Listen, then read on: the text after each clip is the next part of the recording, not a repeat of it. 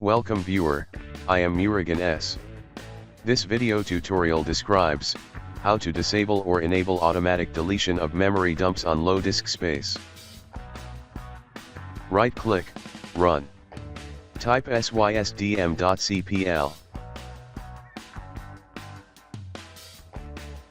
Click OK.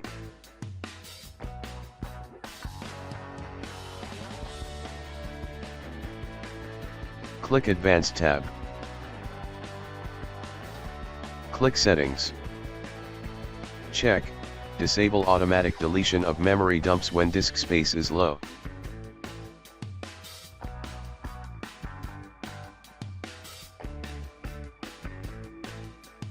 Click OK.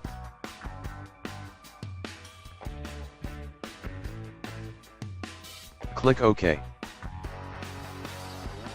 Click OK. Thanks for watching. I hope this video tutorial helps to solve the problem. Please like, share and don't forget to subscribe my channel. See you next video.